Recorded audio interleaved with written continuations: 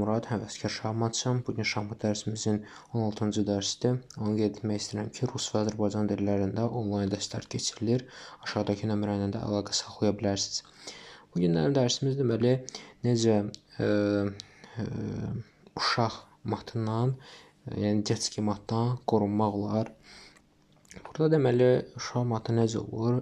Y4, Y5 ağlar oynayır burada vəzir H5 və yaxud vəzir F3 oynayırlar. Sonra da fili C4-ə çıxartdıqdan sonra F7-də mat qoymaq istəyirlər. Yəni misal üçün belə şəkildə və F7-də biz də belə bir gediş edəsək, burada F7-də mat qoymaq istəyirlər. Necə vəzirin belə ikinci gedişdə hücuma keçməkdən necə qorunmaq olar, onu göstərəcəm.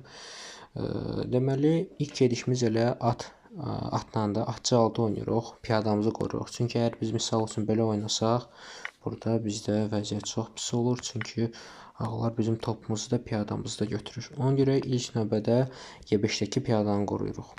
Ondan sonra ağlar yenə də öz hücumunu davam etdirmək istəyirlər. Burada isə artıq J6 gedişini oynaya bilirik. Qaralar öz ümidlərini, daha doğrusu ağlar öz ümidlərini kəsmirlər. Vəzir F3 oynayırlar. F7-dən yenə də mat qoymaq istəyirlər. Biz isə burada artıq atla qorunuruq.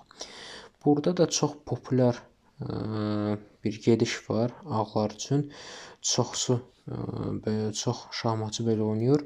Oynayırlar J4. J4 misal üçün biz belə gedişdən sonra istəyirlər belə oynasınlar və biz də atımızı çəksək burada mat qoyurlar. Çəkməsək də atımızı itiririk. Ona görə burada gözəl bir gediş var. Biz deməli burada oynayırıq. At D4. At D4 oynadıqdan sonra ağlar məcbur olur qayıtsın deməli D1 xanasına.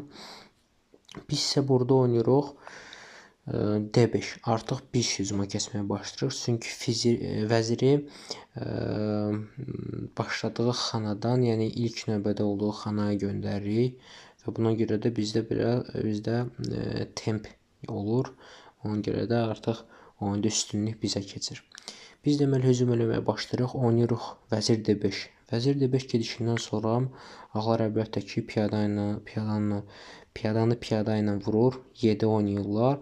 Biz isə D5-dəki piyadanı götürmürük. J4-dəki piyadanı fillə vururuq. Fil J4 oynayırıq. Burada da qaraların vəzir qorumaq üçün yeganə bir gedişi var. O da deməli F3 gedişidir. F3 gedişinə biz baxmayaraq biz oynayırıq at Y4.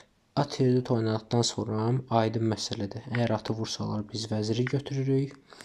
Əgər yox, rəqib görsə ki atı vurmaq olmur, fili götürəcək. Və bu da səhv gedişdir. Çünki biz burada H4-dən vəzirlə şah verdikdən sonra şahın yeganə xanası olur F1 və biz burada F2-də bumeranqla, əməlli başlı bumeranqdan mat qoyuruq. Ağlar istəyirlər F7 xanasına bizə mat qoysunlar. Biz isə F2-dən onlara mat qoyduq. Yəni bu sadə hücumdan belə qorunmaq olar. Çünki adətən belə hücumlar ilk başda eləyirlər. Çox insan da bu tələyə düşür. Əsas da ki, bu səhv eləyirlər. İlk başda bu gedişi oynayırlar. Bundan sonra ağlar vurur. Əlbəttə ki, Y5-dəki piyadanı və oradan topumuzu götürür. Üstünlüklə də qalib gəlir. Və yaxud oynayırlar belə. Buradan vəzir götürür. Artıq fillə burada biraz qaralara fiqurlarını inkişaf elətdirəmirlər. Biraz narahatçılıq olur. Bunlar hamısı olmasın deyə düzgün gedişlər eləmək lazımdır. Ardıcılıqla fiqurları qorumaq lazımdır.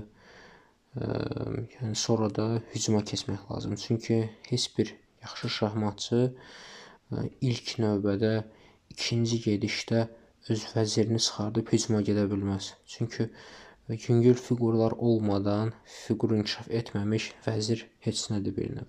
Bu dərslik bu qədər. Sağ olun. Gəlin dərsləri görüşənədək.